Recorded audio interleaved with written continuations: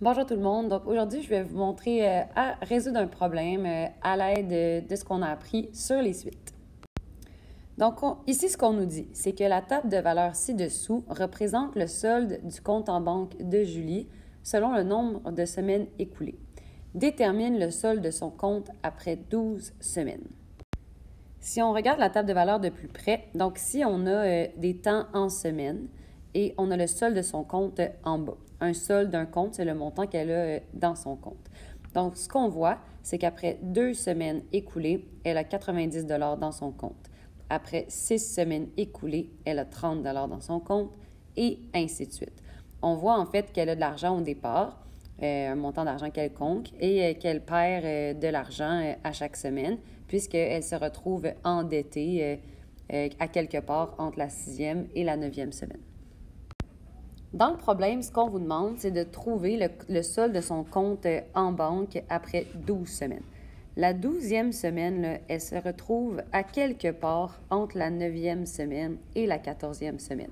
Donc, on peut s'attendre à ce que la réponse que ça va nous donner, ça va être entre un endettement de 15 donc moins 15 et moins 90 Donc, si jamais vous obtenez une réponse qui est positive, vous pouvez savoir que vous êtes complètement dans le champ.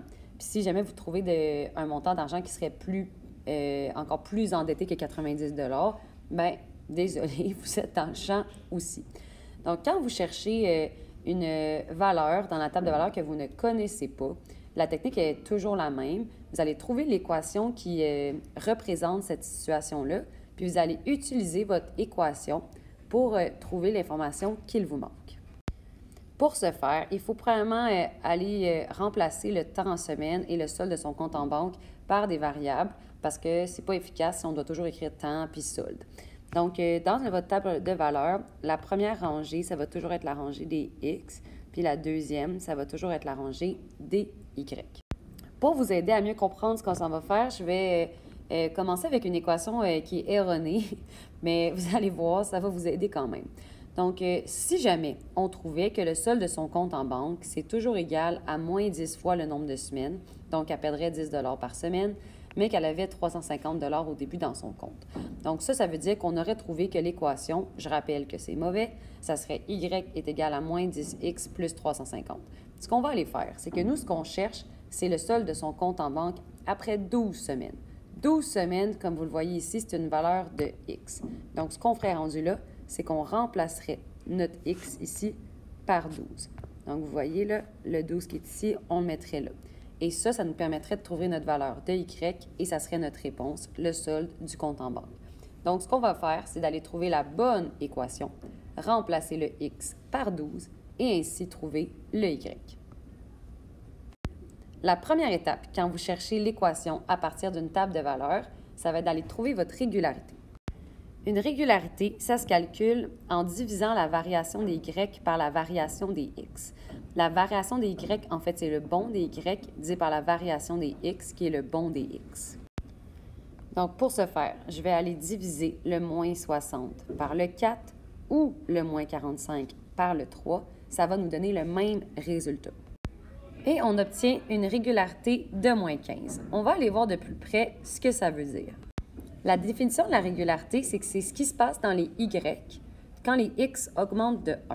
Donc, dans le fond, on voit que dans nos X, dans le temps, quand il s'écoule 4 semaines de plus, donc quand les X varient de 4, ce qui se passe dans le solde de compte en banque ou dans les Y, c'est qu'elle perd 60 Mais si elle perd 60 en 4 semaines, en faisant la division, on a déduit qu'à chaque semaine qui s'ajoute, bien, elle perd 15 Donc, la régularité, c'est de dire qu'à chaque semaine qui s'écoule, elle perd 15 Ça peut t'aider d'aller l'écrire ici dans ton étape de régularité pour comprendre ce que ça signifie, ton moins 15.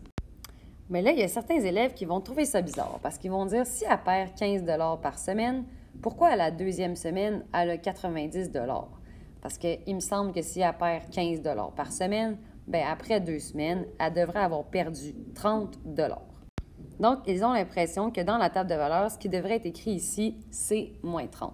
En fait, ce qui se passe, c'est que c'est ça qui serait arrivé si la personne n'avait pas eu d'argent dans son compte en banque dès le départ. C'est vrai qu'après 2 semaines, elle aurait été endettée de 30 puisqu'elle perd 15 par semaine.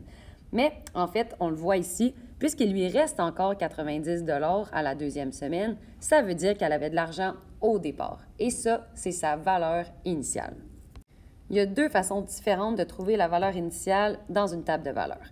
La première façon, ça va être d'aller essayer de trouver c'est quoi la valeur de Y quand le X est à 0. Donc, au départ, combien elle avait d'argent en faisant des bonds à reculons. On voit ici que pour atteindre 0 semaine, il faut qu'on refasse un retour à l'arrière de 2 semaines. Donc, on retourne dans le temps de 2 semaines.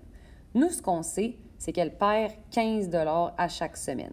Donc, si on recule de 2 semaines, eh bien, on va devoir enlever la perte de 15 $ deux fois, ce qui veut dire en fait qu'on peut y ajouter un 30 $. Ce qui veut dire qu'elle avait 120 $ au début dans sa tirelire. Après 2 semaines, elle a perdu 30 $, donc elle était rendue à 90. Première méthode pour trouver la valeur initiale. Pour plusieurs élèves, cette technique-là, elle est assez convaincante et ils comprennent que leur valeur initiale, c'est de 120 $. Mais il y a des élèves qui préfèrent avoir une démarche un petit peu plus algébrique, donc je vais la faire avec vous. La première étape, c'est de partir avec l'équation de base. Et vous, ce que vous cherchez, c'est la valeur initiale, donc c'est le K. Pour trouver le K, vous devez remplacer le Y, le A et le X par une certaine valeur pour qu'il vous reste seulement le K comme inconnu. Donc le A, on va le remplacer par la régularité et le X et le Y, on va le remplacer par un des points qui est dans notre table de valeurs.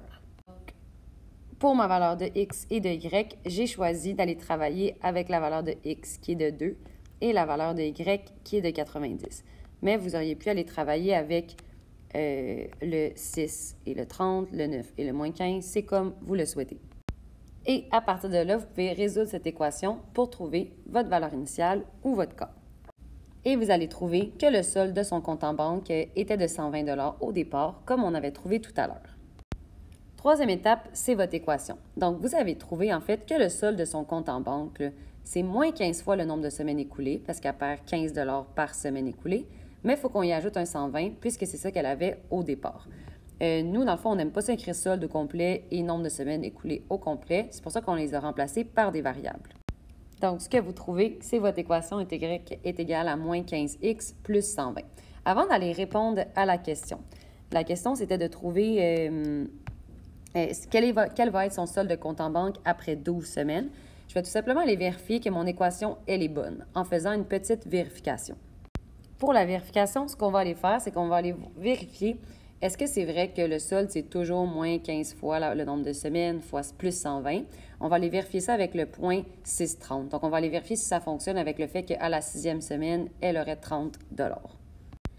Et que c'est là que tu vois que, ben oui, ça fait bien du sens avec notre équation qu'à la 6e semaine, elle est 30 $, puisque l'égalité, elle est respectée.